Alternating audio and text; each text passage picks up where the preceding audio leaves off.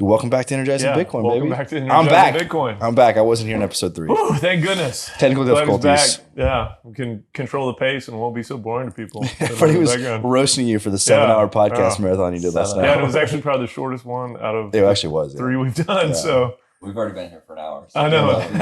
Yeah, we're probably recording the whole time, like behind. Yeah. Oh, we have been. Yeah, that is going to be all the clips. All the promo clips are going to be us talking about what we were talking about, Max. There you go. Watch out. Podcast brought to you by AA batteries. Yeah. Got the microphone worked out. All right. So, yeah, we're at the Texas Blockchain Council convention again. And so that's why we're back on the casting couch. Hey, it's been a good event, though. Let's give them a shout out, man. It's been a great attendance. I feel like really high signal. I think, particularly on the Bitcoin side, I think everybody's just as stoked as ever. Well, it's a good time with the FTX stuff. Yeah. And I mean, I think that's going to be a catalyst to people understanding the difference of Bitcoin and everything else. Yeah. So I think it's probably good in the long run, but kind of sucks when you're going through it. But we got Andrew Burchwell with he's the founder and CEO of the Ohio Blockchain Council. They just got going. I won't try to talk about it. I'm going to let you talk about it. And Max Serezhin with Standard Power, the founder and CEO. So he is a super sharp guy. I can't wait to talk to him and he's got a lot of energy too. So fired up, dude. I'm super excited to be here. Man. Thanks so much, guys. I'm excited. Two of my favorite people, man. I just met Max in Ohio. September. The Amplify event. Yeah. Right. Which we talk about that too. I'm telling you, if we did anything, it's to convince people Columbus is a place to go, man. I loved Columbus, actually, man. I had a blast. I hated that I had to miss it, to be honest with you. I had so much FOMO. It was fun. It was surprising. It was, and I'm not trying to knock it, but I'd never been to Ohio. I've never been to Ohio at all. It's a common misperception. Right. It was fun. I had a good freaking time. Are you in Ohio too? So I'm from New York originally, but our operations are in Ohio. Okay. And so we've been preaching Ohio for so long, and everyone has this concept of Ohio as like this average plain state, but it's the complete opposite. It's actually a state that celebrates its diversity, and it's not flat. It's got rolling, beautiful hills. Yeah, I love the record. Yeah. We shot our American Shale documentary out there with EQT, and that was my first exposure to that entire area. I loved it out there. It's beautiful. Awesome. I don't remember who it was, but it was an athlete who was like, "Yeah, no, we don't have to." Oh, I think it was Burrow. That's what the image I had though when he was like, "Yeah, no, we don't have to worry about COVID. It doesn't change anything for us because nobody goes out and parties here anyway." So that's what I was expecting. But I had a good time in Columbus. I was out till 3:30 in the morning. It was a good time. Well, that's funny, I was very responsible though. he grew up next to the biggest party town in the States. That's funny that you said really? That. I think it was Burrow. I don't want to get it wrong, but you're right. I love Joe Burrow. So he's a good ambassador for the state. He is. Andrew, what's your? I want to talk about obviously the genesis of the Ohio Blockchain Council, but also I'll be honest, I actually don't even know your background. That's fair. Yeah. I keep that to myself. No. I was a geologist, geophysicist by training, right? So I was studying at Ohio State, and we were looking at kind of novel energy technologies like methane hydrates in offshore environments, right? So I started working for this company in Columbus, actually, that manages most of the national laboratories for the Department of Energy. So they were very involved in federal research, these commercializations based off of new energy research technology and development, right? So we were focused on carbon sequestration. That was a large thing, right? So for 20 years, we were studying what happens if you're trying to decarbonize in an energy industry that is going to always be throwing carbon into the atmosphere. What do you do with it, right? So before Elon was making bricks out of carbon, right, we were saying, well, let's just put it back in the ground, right, where we found it, right? So, my mentors were people who were really developing this idea to give to the Department of Energy to say, hey, let's spend money to study this more, right, back in the 90s. So we were basically one of the first groups in the country to take that carbon, sequester it back in the ground in a supercritical state in an order of millions of metric tons, right? So we were the first to do it, to really take it to the Exxons, to the Chevrons, to the Equinors of the world, and say, look, if you're trying to, let's say, live in this world of ESG, here's how you can do this. Here's how you can still make money. And now we have these carbon markets developing because of this technology. So I was a program manager for a 20-state consortium of researchers, universities, private industry, et cetera, to really say, look, let's just take a whole of industry approach. Let's use government funding. Let's use private funding. Let's figure out how to do this in earnest. And then let's take it to the market and say, let's scale it, right? So that was basically the impetus of how I developed in an energy environment. The energy is really what led me to Bitcoin. And we can get into why that is. I think it's We will. We will. That's actually really cool. I didn't know that either, man. Yeah. I knew you're a geologist. I didn't realize that though.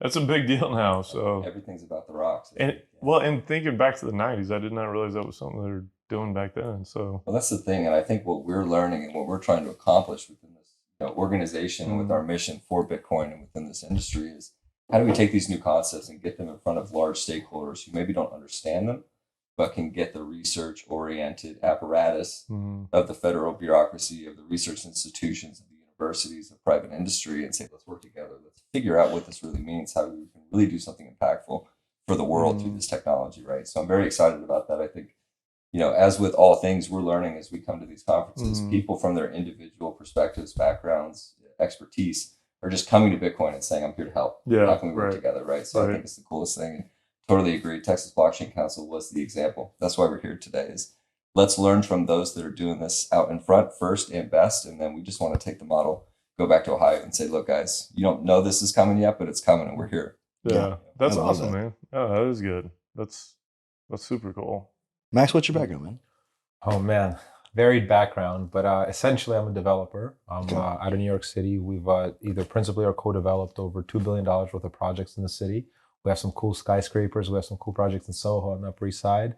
We also did a project in South Beach where we bought out an entire city street on 13th and West Ave and created this beautiful project there. So I was always involved in sort of larger scale projects, larger scale capital markets. And in parallel to that, I was working with Frontier Markets and doing energy development. So we did a big project with General Electric and the Russian government at the time, before the Russian sort of government became this really bad name. And of course, all super sad what's happened since then. And obviously all my thoughts and prayers go out to everyone affected by the horrible events. But essentially back then, before all that happened, we focused a lot on using natural gas as a way to bypass a very inefficient grid. And in that way, you could use some of these modular technologies, on-site generation, whether it be from the last kilometer of gas line or from a localized gas field, kind of like we're talking about now with this fracking concept. With the flare gas concept. So that led me to appreciate the grid, right? It led me to appreciate power scale and how big it is, because ultimately you don't need more than like 5-6 megawatts for like a humongous shopping center. Yeah. So when you really think about sort of like the scale of Bitcoin and thinking about like hundreds of megawatts, that's when I realized, when the first S9s came out, this is all going super industrial, right? They're not getting cuter and smaller. They're getting, bigger and louder and meaner. Yeah. And these things, you're not putting them on a kitchen counter here. You're putting them not even in the garage anymore. You're putting them in another place altogether. Not even putting them in a shed, right? So ultimately we realized that, this is 2018 in the beginning, that this is all going industrial. And that's when we sort of started Standard Power, leveraging my background in real estate and power development. And, ultimately that background helped, because the kind of things we're doing now in terms of industrial redevelopment, it's so complex. There's so many layers to it. You need to draw on a very multidisciplinary sort of all the lawyers, engineers, account, like all the different people involved with the environment. It's a lot, and so that background's allowed me to do that. So here I am.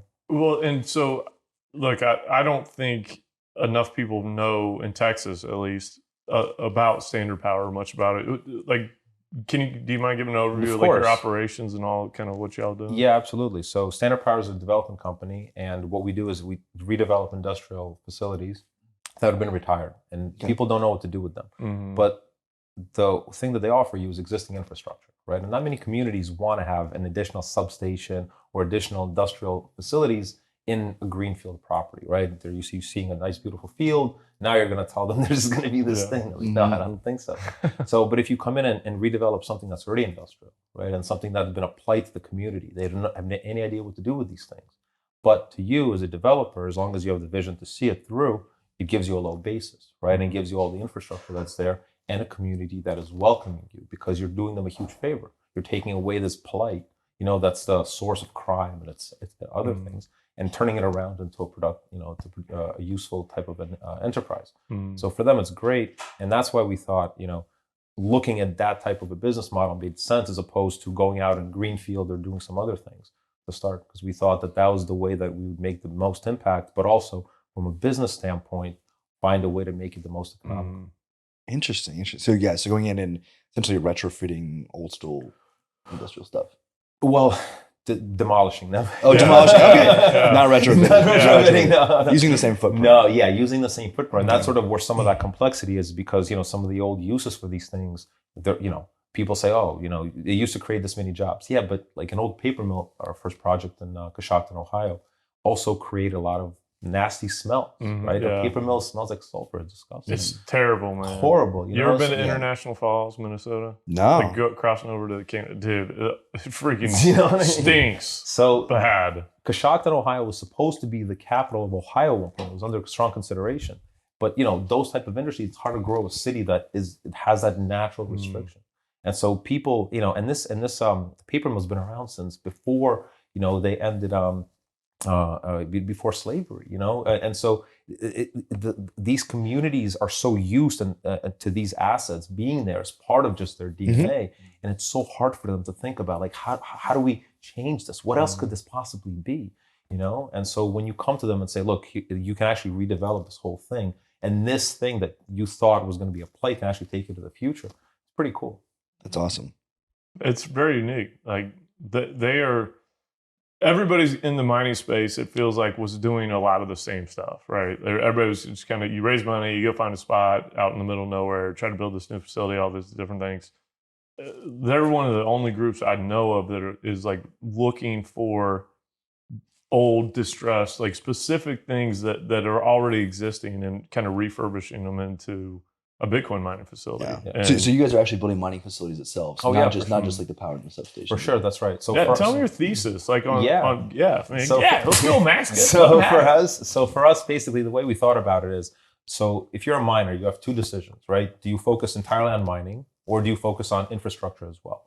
And that all comes down to your risk reward of your capital base, right? All this is where I think, sorry to jump in, but I told you I would. But of course. This is the difference to me of what, like, the existing miners and where the future of it would be, is that he's got it.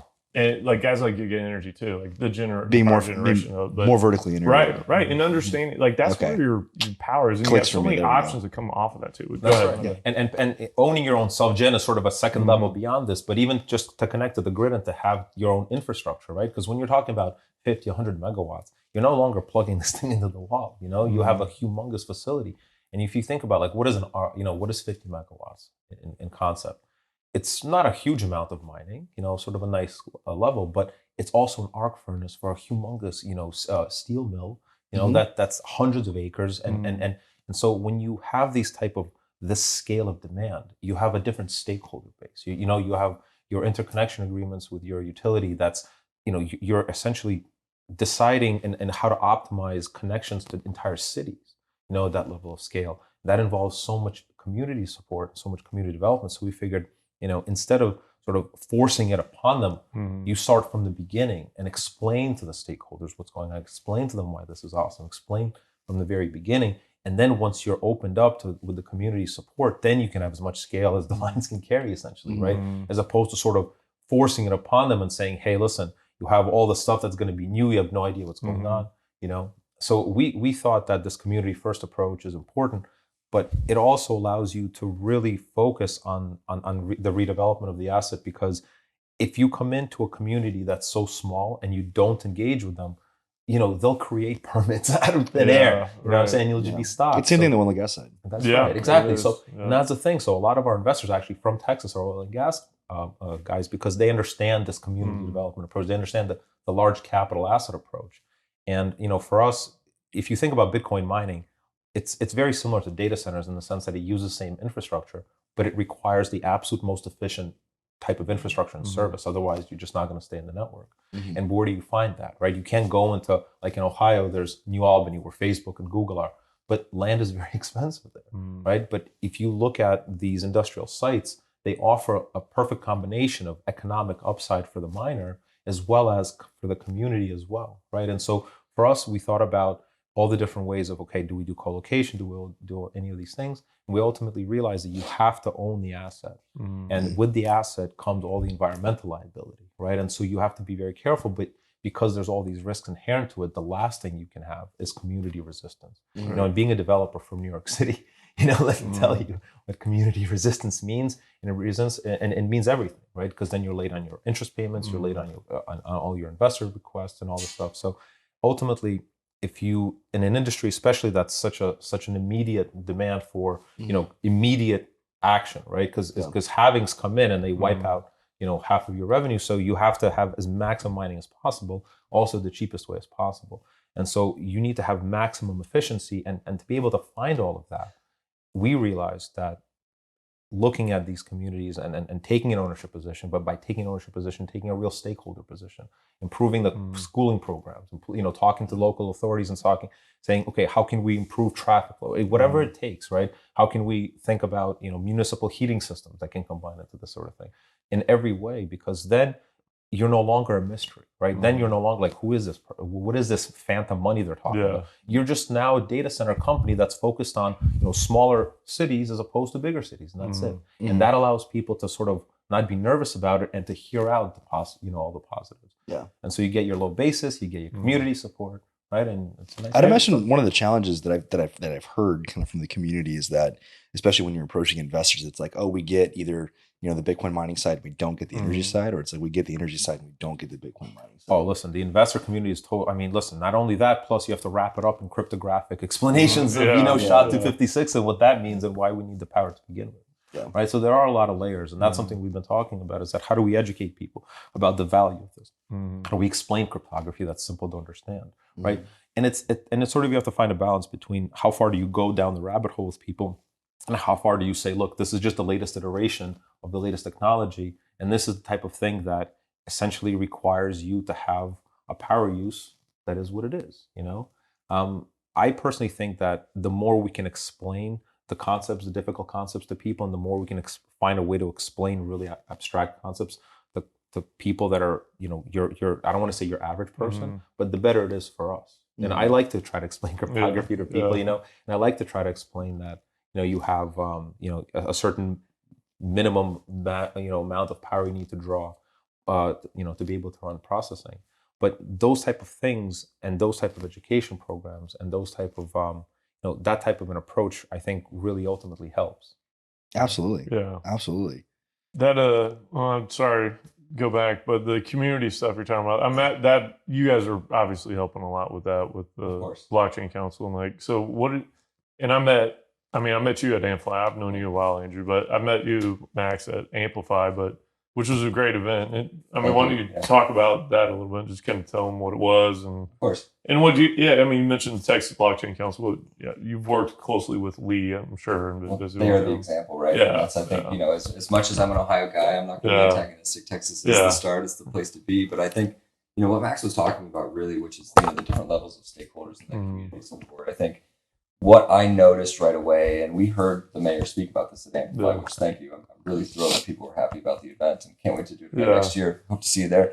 I'll be there next time. You don't want to miss going out afterwards. Anyway. Yeah. It was a good time. The community support really was what struck me. And the mayor telling the story about this, Madison Avenue, New York guy coming to small town rural Ohio and saying, hey, we want to build in your town. And I think, what was interesting to me was hearing him say that, we were skeptical, and it may be that necessarily the mayor doesn't understand cryptographically secure, hash algorithms and SHA-256, et cetera. He doesn't need to, just like I don't necessarily need to understand how email works to use it, right?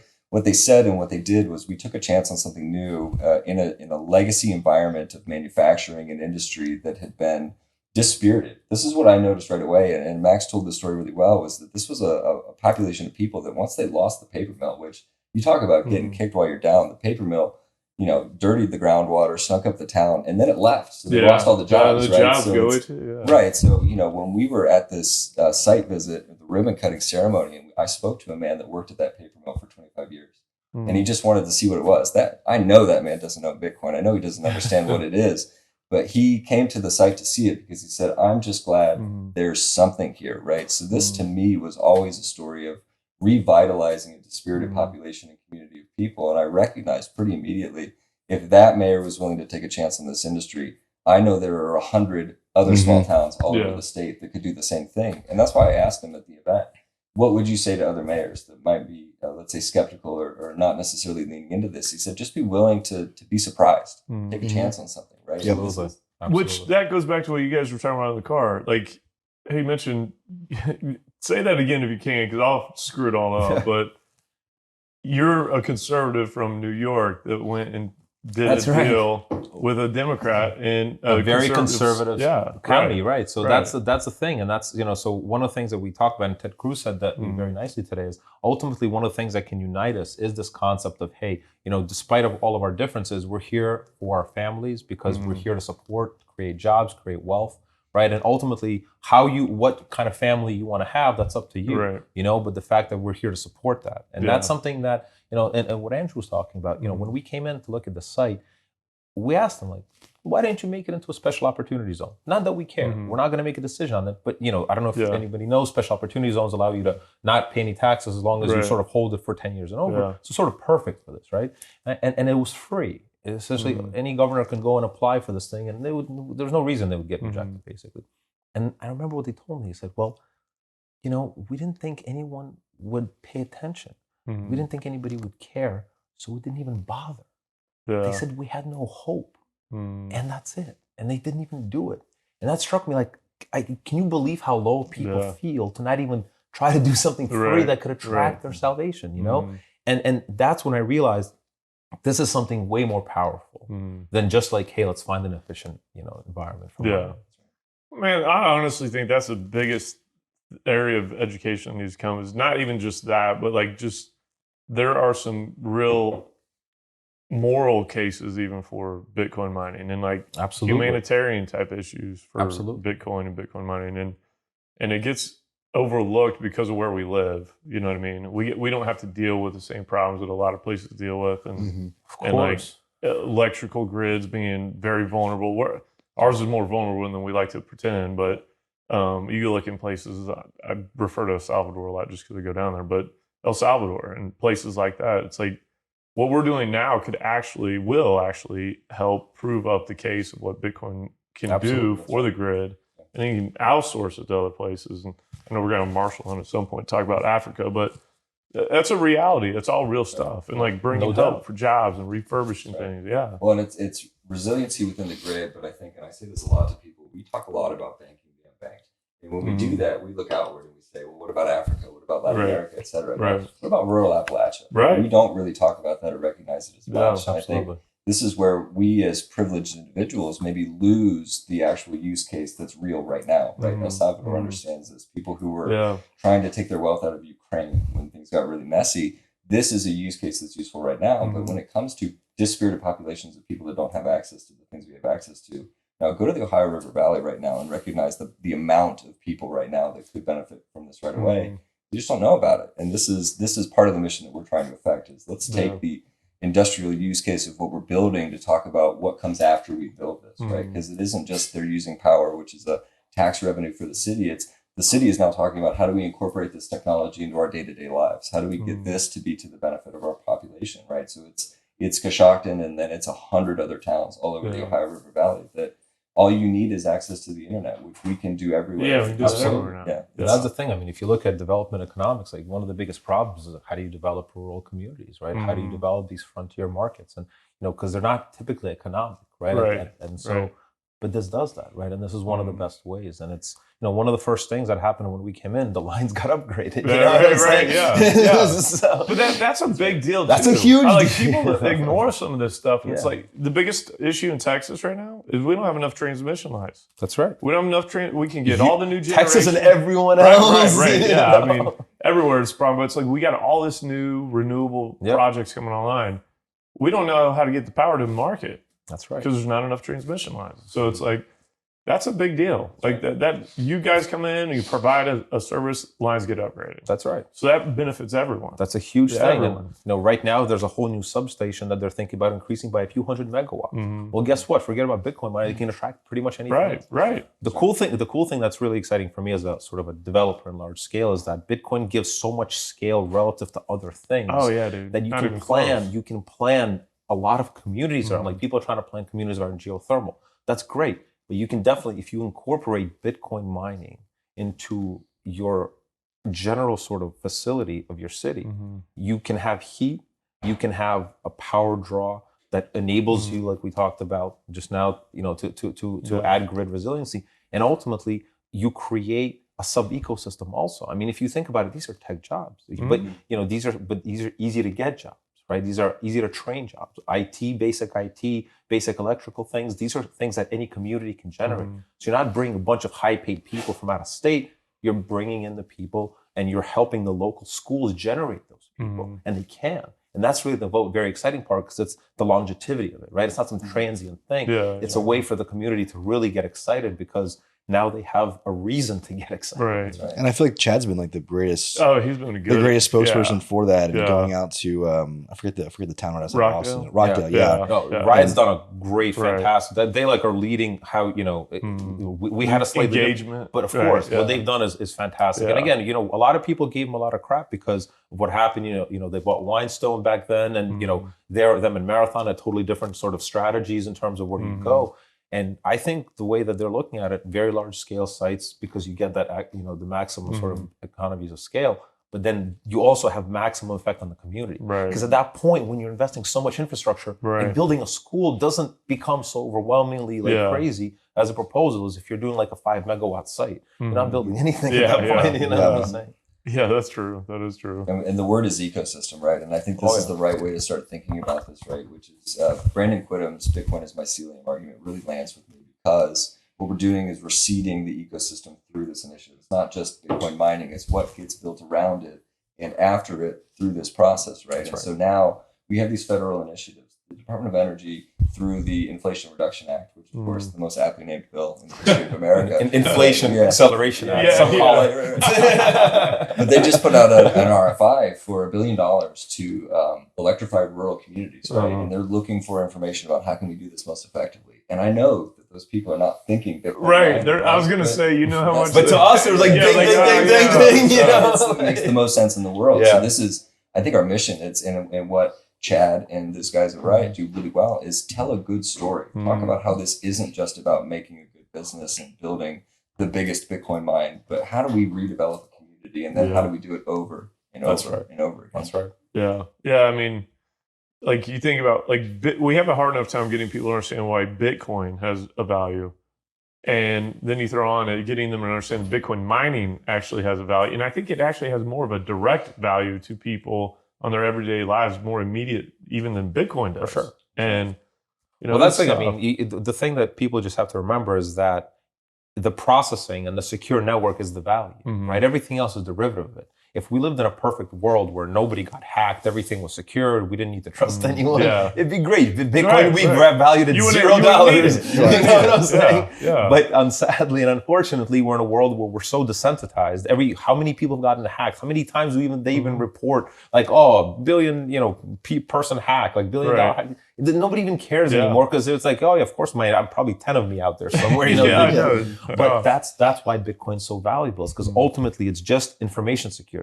And for me, it's exciting because ultimately it comes down to the fact that each Bitcoin is 100 million Satoshis, and each Satoshi is a key value pair. And when you get into Lightning, there's another 1,000 sort of a division. But ultimately, a key value pair is just your secure bit of, your secure link of information that's cryptographically secured to the SHA-256. Dude. But the point is, but the point is that if you think about one of the coolest things about SHA-256 is that you can transfer 2.3 exabytes of data, right? And the point is, and it's like one of the perfect compression algorithms. And that's why the whole concept of Bitcoin is that, to mine it, you're using this power. Like, well, who cares? You're using the mathematically least amount of power possible, because you're creating the most efficient mechanism to store sort of in this probability cloud, right, of 2 to the 50, 256, and using this technology is incredible, right? And so I think all that combined is something that allows us to have all this efficiency. But I told you he's super smart. Sorry, get him going. Let him talk for the whole hour. We're good. The other question I wanted to get was the shop at the paper mill. Like, what is the size? What are you producing? Tell us about the actual operation. So it's 50 megawatts. Yeah. It's cool because we basically have the ability to act as a test site for all sorts of. So our next site is 700 megawatts. So on this first site, We have all sorts of different tech. We have like a Quonset hut style design. We have container design. We have containers with no, that you can stack. We have immersion cooling. And so it becomes sort of like a showpiece. And it's also part of the, the city. And so we're able to put together, a nice marketing package for the rest of it. You guys do tours and all that stuff? Oh, yeah. And a lot of people come to see it because essentially we've invested a lot of money into the way that, to make it top notch. Because for us, we figured, if we already have a low enough basis on the land side and on the infrastructure side, you can really have, sort of a showpiece. And that's sort of how we like to look at it, because our investors are institutional, our clients are institutional.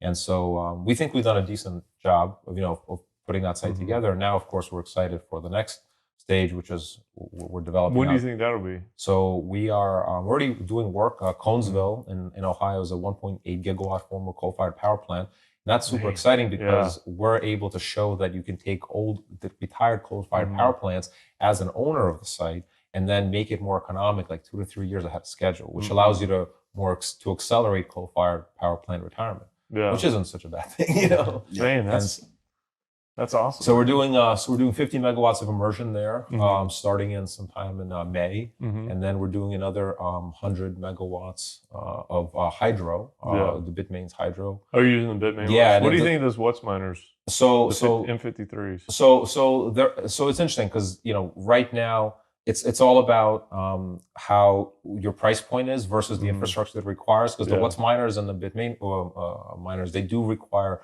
slightly different infrastructure. The cooling racks and all that. It's because the Watts miners are hotter sort of on the exit. But bottom line is, if you're looking at immersion, it's sort of a little different. And so with the hydro, it's just sort of single phase right within the miner, and then you use the water outside. But we're one of the few sites in the U.S. that actually can use the water technology, right? And it's one of those other super awesome things about Ohio is that the environment, right, is this incredible thing where there's not a lot of dust, not a lot of humidity. It's cool, and so so for us, that's your way of talking shit on West Texas, isn't it, Max? So listen, I gotta say we come right at Texas because Texas is the standard, right? And so for us, I do like to compare Texas to like the Ferrari dealership that has that sells $50,000 Ferraris.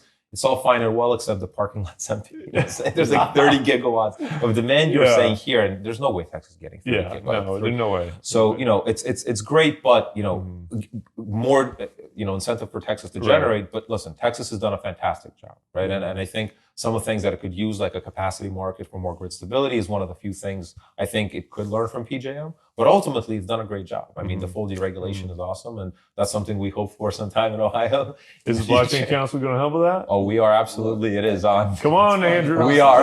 It is. And I think what gets lost in kind of this exuberance is that one of the largest Bitcoin mining facilities in the country is about to come to Ohio, for instance, right? So we get to tell that story.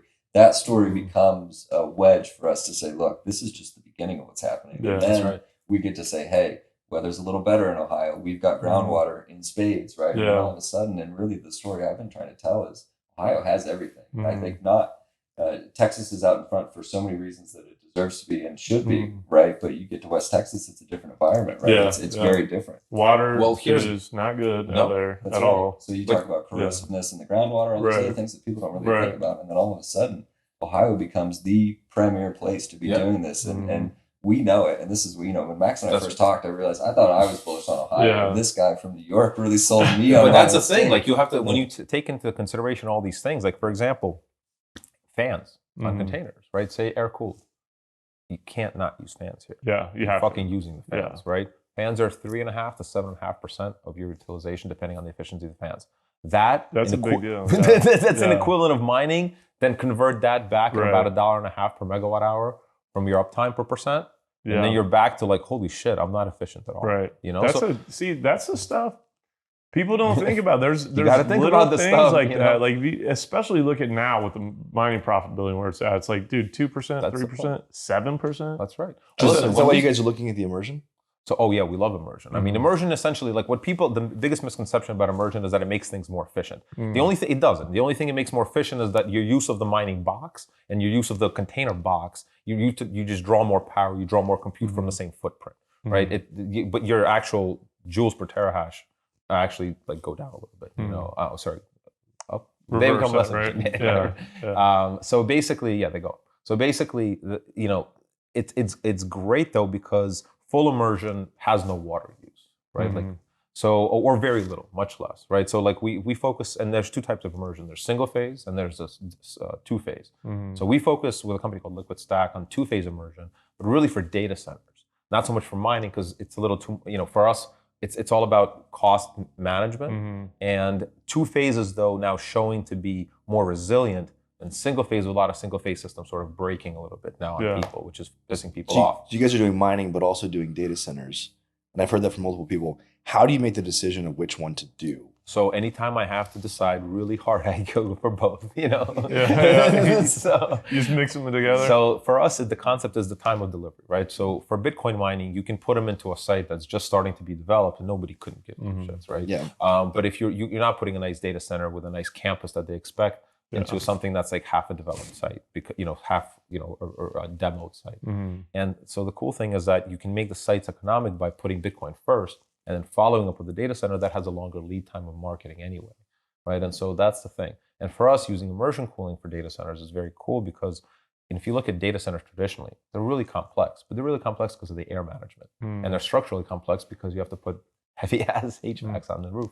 But when you get rid of that all with immersion, you really sort of simplify the building. And so you have this really cool way of sort of, you know, going into the future, but in a very efficient way that's much more profitable. And so you do want to combine both because ultimately traditional data centers, they're restricted by how much absorption there is in the market, right? Like you can't just plug in a data center and just mince money if you're like Bitcoin. Shit's impossible, you know? But for data centers, depending on if you have that absorption, it is a really good balance because you're doing like $5 to $10 million a megawatt as opposed to for Bitcoin facilities without the miners. You know, it's about like 500,000 or something. Wow. So correct me if I'm wrong. Right? That's a big difference. That's different, but it's a different pay profile, different client profile. You know, you're not, you know, it's a whole different thing, right? Totally diversified thing, but utilizing the same exact infrastructure. And we like Ohio again for one of the reasons is that there's a lot of places you can, but fiber, right? And latency is so key. And so for us, you know, the corridor between Columbus and Pittsburgh with the dark fiber route and being there is also such a benefit because then we become an operation that is multidimensional. And to the community, that's also great because they then see like, okay, they're definitely not one trick pony, right? All this stuff happening. Right. And that's when you get the jobs multiplier to really sort of kick in. So on the Bitcoin mining side, it's, correct me if I'm wrong, but it's safe to say that the immersion setups is significantly more CapEx, much longer payback on Bitcoin mining, but on the data center side, it's significantly cheaper than having the massive HVACs on. Okay, that's right. When you look at it from an efficiency standpoint, probably. Yeah, right? And I mean these things are also. I mean the PUEs on this thing are like 1.03, like data center. Yeah. I mean it's a wrap. So that's the thing. But your CapEx is more on the immersion, right? Yeah. But relative, it's come down a lot though. Of course it has. Of course, and it will continue to, right? As things become more standardized, et cetera. Right now things are still sort of bespoke a little bit, right? Right. And so, but we think that if you understand the systems now, you'll be the leading understander of the systems later. Right. You know what I'm saying? When did you guys operations first kick off? So we started in 2018. We bought and then we got MGTI and Blockchain K2 in early to mid 2019. So we had to we agreed to part ways with MGTI at the time because they had McAfee as their main backer. So that was like, well, that wasn't, you know, at first they're like, wow, this is great press. They were like, oh no, this is terrible press. Crazy. The Netflix documentary comes out. We're like, sorry, fellas, we gotta go. But then Blockchain K2 we did a deal with, and then we self-mined, 200 miners, who gives a shit though. Got us to do our systems. And so that forced us to have all of our own systems underwritten, to do all our own systems. And we've been mining, sort of tiny bit for self just to make sure we have it. And then that's allowed us to sort of grow. We had a huge deal we signed with Cypher for 200 megawatts. And then Bitfury sort of let Cypher down. And then that whole, so our current site is actually, it was originally designed for Cypher, and then we sort of had to change it around. Cypher ultimately had to obviously choose to support the site they had ownership in here in Texas. So. Yeah. So what's the next things for Ohio Blockchain Council? Like, what are you doing right now? Yeah, right now what we're trying to do is build the organizational capacity to really move at scale in 2023. And I think this is my mission coming into this was, let's take the lessons learned from Texas and let's grow a little faster, but not too fast, to be able to really come to fruition as these industries are being developed in tandem within the state, right? So we have a tremendous base of foundational partners and support, and we're very lucky in that way, I think, because Ohio, for whatever reason, was an existing enterprise state that was just keeping to itself. So we've built the apparatus. We're working directly with the Ohio Chamber of Commerce to start making this a legitimate industry within the state very quickly. And so I think one of the things we've been talking about with Standard and some other partners is how do we institutionalize this idea in a way that really speaks to people who are maybe non-traditional stakeholders, like the legislator, right? So peer-reviewed research. How do we really show, hey, this is a grid resiliency and economic development play, and maybe you just didn't realize? And how do we take that to the APs of the world and say, this is to your benefit, right? So I've been doing a lot of work trying to get Ohio State, because of course, as a Buckeye, I'm going to do what I have to do to get them involved, to say, let's find the researchers who are at least adjacent to blockchain, to Bitcoin, whatever it is, from the finance department, from the engineering department, from public policy, for instance. Say, let's convene a study. Let's really look at this, and let's put something on paper that we can then take to people and say, this isn't just some fly-by-night idea. This is a legitimate enterprise. This is something that's going to be to the benefit of the whole state. And we need to start moving faster, right? So then we take university research and we start applying that to funding mechanisms, whether it's from the state, the federal government. And then all of a sudden, it's not just Standard Power building their own things. It's the government itself saying, look, we want to be a part of this, and let's figure out how. So I think one of the things I'm kind of keeping close, but really would like to work on, is how do we take what Fort Worth did, take a city within the state and make them a Bitcoin miner of sorts, right? And I think it's really great that, again, Texas gets to say it's first. You know what I mean? But at the same time, I'll rub elbows a little bit with them. There's 3 S9s, right? Well, so let's do it a little bigger and better. I wasn't going to throw them under the bus, but you did. So that's cool. And again, we can do it a little bit bigger. Yeah, do it a little bit. You do it a little bit. 4 S9s. Yeah, we're going to get 4 S9s out there. You can get them real. You know what? We're going to get 45 terahash. I'm really proud of this. I disrespect Fort Worth, because I think they took a chance on something. And again, this is something where, how do we find those stakeholders who want to take a chance on this and say, all right, well, now's the time. It may be that this industry is sort of a dark cloud over it because of all these other things, but actually, like you said, this is the moment to talk about why Bitcoin. This is the moment to talk about why self-custody. This is the moment for us to really say, look, this is inevitable. It's here to stay. And if you're not leaning in now, you're going to be behind, right? So that's my mission for 2023, is really to organize, throw another great event like Amplify in the fall, and really try to showcase why Ohio is. You're going to wait till the fall? Well, look, do it in the spring, man. Yeah, well, don't wait till the I don't fall. want to overshadow Empower again. I'm not trying to. Man, you can never overshadow Empower. You know what I mean? No, and by the way, shout out to Digital Wildcatters for helping us out. Thank you. Yeah, thank you. You're awesome. You guys did a great job. Yeah, we tremendously thankful for your support and the fact that we can do that together. Listen, let me tell y'all something that, it's on the podcast, so I guess everybody's going to hear it. But listen, Empower started off as a backyard barbecue, literally at our office. That's awesome. And then through people like you and through Mario and through Justin and through just the rest of this community, it was like there was so much hype, and we're like, we can't do this as a backyard barbecue. This has got to be like, we've got to find a venue that can house this many people. And it was like introduction after introduction after introduction. So I say that to say that we've just been like the platform and just facilitated it, but it's really a testament to the community that has wanted it, and there's so much demand, and just thankful that everybody rallied behind us and made that a good event last year, and hopefully even more amazing next year. No, it's gonna be sick, man. Well, awesome. and like we were talking about the other day, I think what happened there, what's happening here, what we're trying to develop in Ohio is an organic process of people with their own self-interest showing up and helping, right? So my whole thing is, it can't just be me building this organization, and we have tremendous support from our backers, but this is an organic industry that we're all just showing up to and saying, all right, I'm here, I've got this skill, let's see what we can do. Has the membership been grown a lot? Absolutely. Really? Every week I get a new call from somebody that says, like, I don't quite know what you guys are doing, but I know this is coming and we want to be a part of it, right? So, and again, why we wanted to work with the Ohio Chamber of Commerce was to say, look, we may be something that you don't understand, but we've got traditional stakeholders who are ready to lean in quick. So my whole idea about what's coming is that Ohio, Texas is always going to be Texas. It's not really a swing state. People talk about, well, it's going to turn, purple. It's I don't think it's going to. But at the end of the day, it's going to be what it's going to be. Ohio is the pivot state in a general election cycle. And if we're able to make Ohio a Bitcoin state within the next 2 years, and if Bitcoin is of national prominence and attention coming into a major election cycle, then all of a sudden we're at a position where we get to champion Bitcoin mining as an industry and say, we're doing this for these reasons, it's the right reasons. And, not just this is the place to do it, but this is the country to do it. This is the industry that's going to move the world forward. And all of a sudden we've turned the tide, I think, in terms of the narrative. Right. And helping it not be such a political issue.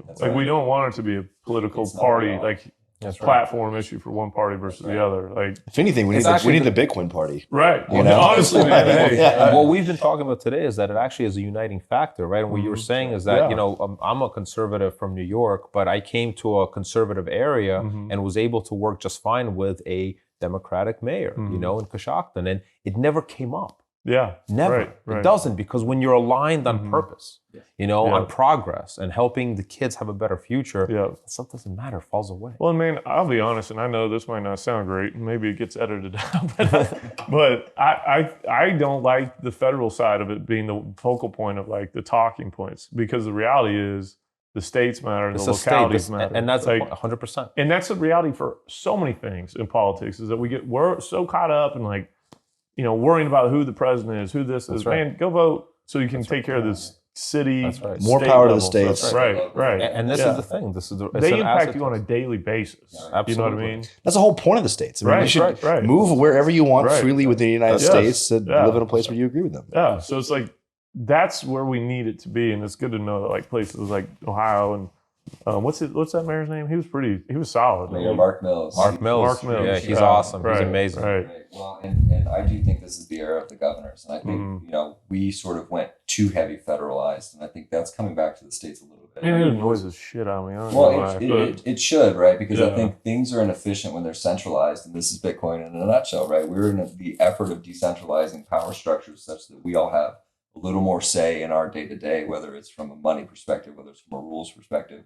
So having an executive leadership team in Ohio that, they may not necessarily be forward-facing about Bitcoin, but we got the lieutenant governor to come to a ribbon cutting for a Bitcoin mining facility in Ohio on a week's notice, right? I mean, that really, to me, spoke to how they're looking at this and toning in, right?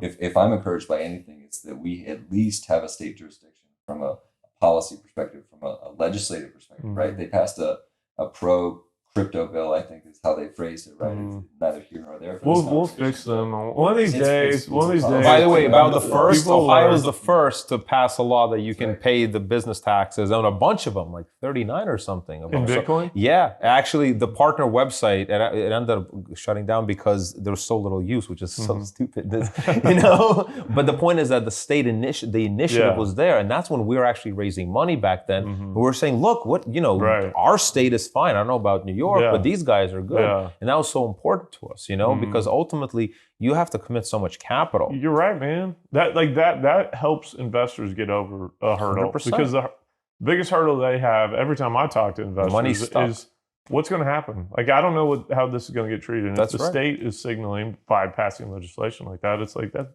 How much better of a signal can you get? And that's the thing when we're talking about this is a big asset test for states, because this is like manna from digital heaven. It's money out of nowhere to change everything. Only if you welcome it. Manna out of digital heaven, dude.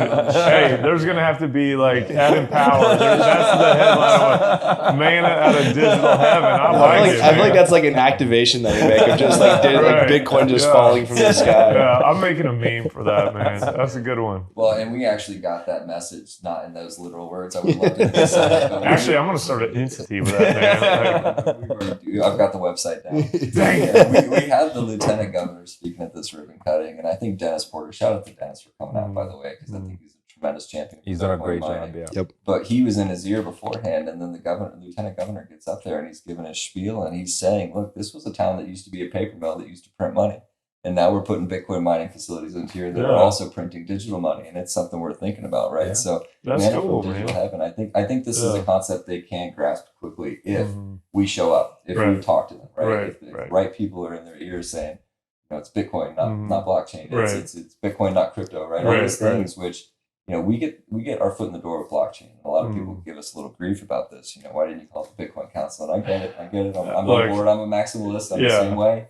But at the end of the day, there are a lot of people that aren't going to come to the table unless we use, semantics that they're a little more comfortable with, Right. and then we use that opportunity to tell them To why educate. Bitcoin. That's right. Right. Exactly. Plus, Bitcoin is blockchain, so Right. you know everything else is also blockchain. Right. You know what I'm Right. saying? Yeah. Thank you, Max. I agree with you. That is true, and it's that stuff will come. I don't like the infighting that there is sometimes because of semantics, but it's all about the messaging and what you're trying to do for the industry, and that, like, Lee has been a proponent for Bitcoin mining in Texas, has done a great job, and Fantastic. you guys are doing it as well. So I don't care if you called yourself freaking, I don't know, whatever, but it doesn't matter. Like, yeah, Ohio digital manna from heaven. So it's good. You know what I mean? As long as you're advocating for the health of the industry and moving things forward properly, and make sure, like I've said it a lot, we're going to get regulation. There's just no way around it. You're going to get it. FTX has really ensured that. You know what I mean? That's going to come.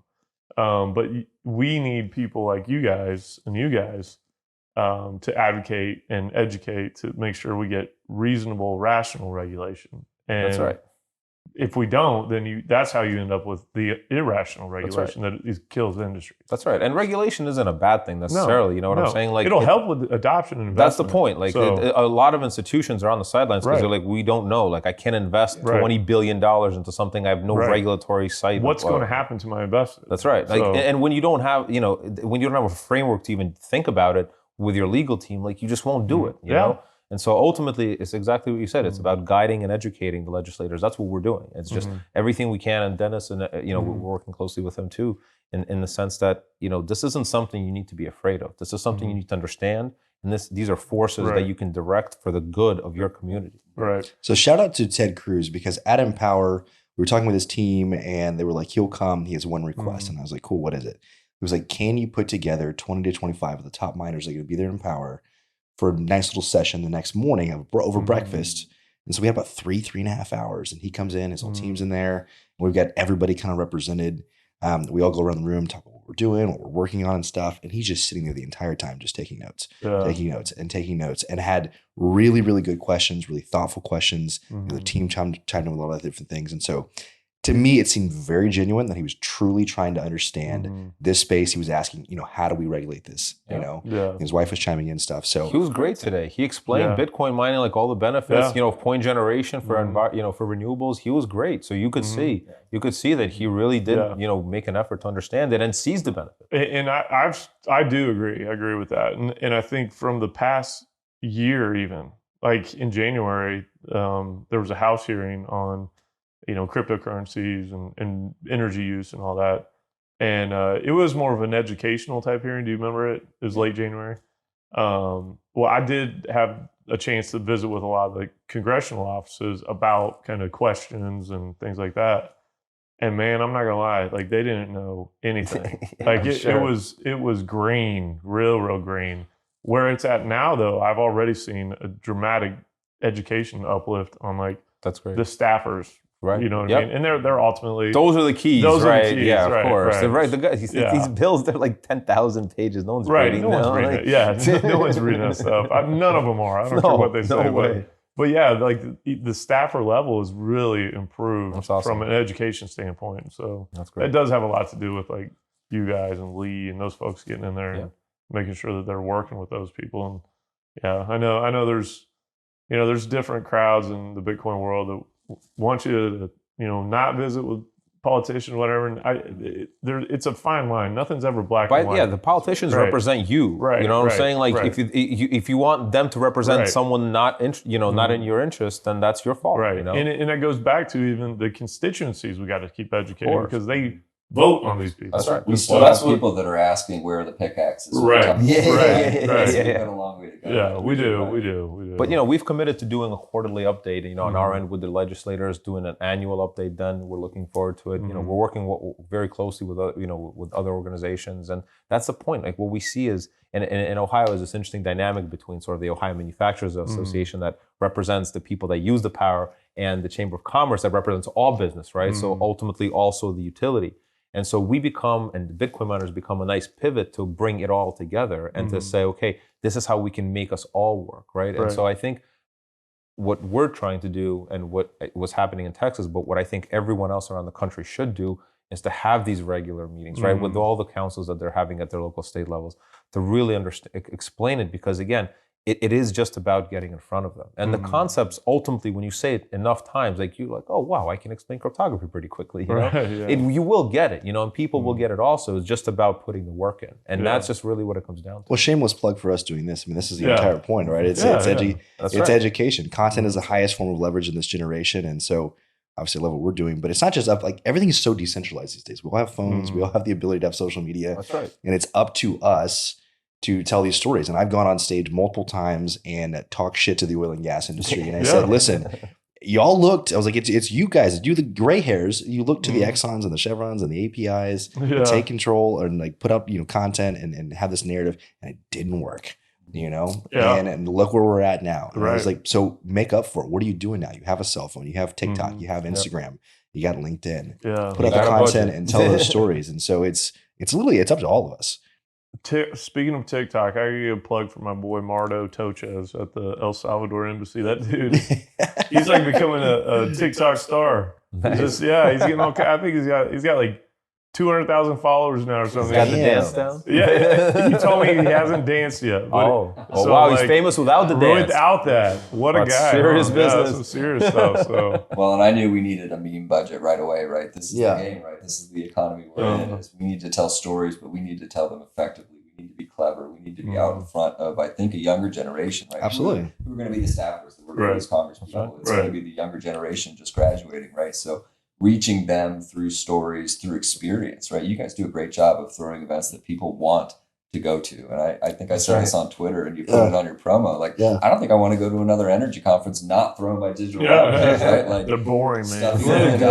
Good job, man. You know, a lot of people don't, like, if you're not in it and you're just like freshly exposed to it, you kind of like don't get it. But once I sit down, particularly like now that we're working with some of the largest brands in the world, and you sit down and they understand the kind of the why behind it. And it's like you put yourself in the shoes of somebody, let's just talk about the oil and gas side in particular, who's like maybe been indoctrinated to hate oil and gas, and it's been demonized their entire life. And maybe they Google some of this stuff. And we hope that our content comes up and it's stories of people who are working in the industry, doing really, really hard work, solving some of the world's biggest challenges, the energy issues that we have today. And they're like, man, not only does that look like cool, but it looks fun. Like, I actually want to go do that. Like the one of the biggest challenges that we have is just attracting talent. That's not just specific to oil and gas, but that's energy really as a whole. Like, everybody wants to go to tech, everybody wants to go work at Facebook and Instagram and things like this. But this is one of the most rewarding industries that you can possibly be in. And high paying. It's a good paying industry. People forget that the original sort of the groups that invested first into the semiconductor chips and all that were energy groups, right? They were the first groups that, even before all of the sort of the forward future seeing tech people, it's always the energy companies and the energy sort of families, or because ultimately they have to look at the most efficient technology, right, in large scale, and they have to invest into some of these things that require risk that otherwise is very hard to gauge, right? So a lot of the oil and gas companies right now, like you're saying, really do have this opportunity where instead of sort of saying, okay, we're not going to use energy anymore, not going to be energy companies, let's direct it, right? Let's use it for the proper use that it was supposed to be. And using Bitcoin is one of those amazing things that they have this tool to completely reverse their image by saying we can use this effectively, our resources. Yeah, man. Freaking love Bitcoin, man. It's good stuff. That's what I love. I mean, the underlying common denominator, I think, for me with both, energy and on the Bitcoin mining side is it's the story of prosperity. Right. And how it can completely change lives. And so for me, zooming out macro, it's like I kind of have a hard time thinking about a chapter after digital wildcatters because I'm like, this is the most important two things in the world that I should be focused on. Obviously it didn't start that way. We were just trying to have fun and do podcasts. That's the best way. Those are the best way. That's exactly how the best man. things are started. Of course. When you're starting just to have fun and do something that turns into something special and cool and that's it. And impactful, like that's awesome, man. How lucky is Dude, I feel so lucky, and I'm not even getting to do some of the same stuff you do. And I'm like, man, this is just great. Like, we've all of us here, honestly, have like made our own jobs and careers, and it's kind of cool and weird, and just life in the universe is definitely just wild, man. Like the stuff that happens, I'm just like, just roll with it. Manifest. Like digital. Man. I'm gonna say that all the time. It's awesome, man. I love it.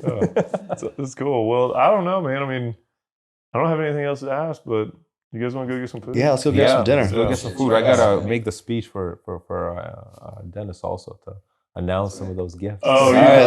Now you're gonna do I it. know. Yeah. Nice. He's gonna yell at me. Well, yeah, we better get out of here then. But All right, let's get out of here. We'll catch you guys Awesome, on the next guys. episode. Yep, Yeah, next thank you so episode. much for having us here. It was super awesome. Yeah, Thanks again. Thanks, man. Had a blast. Have fun.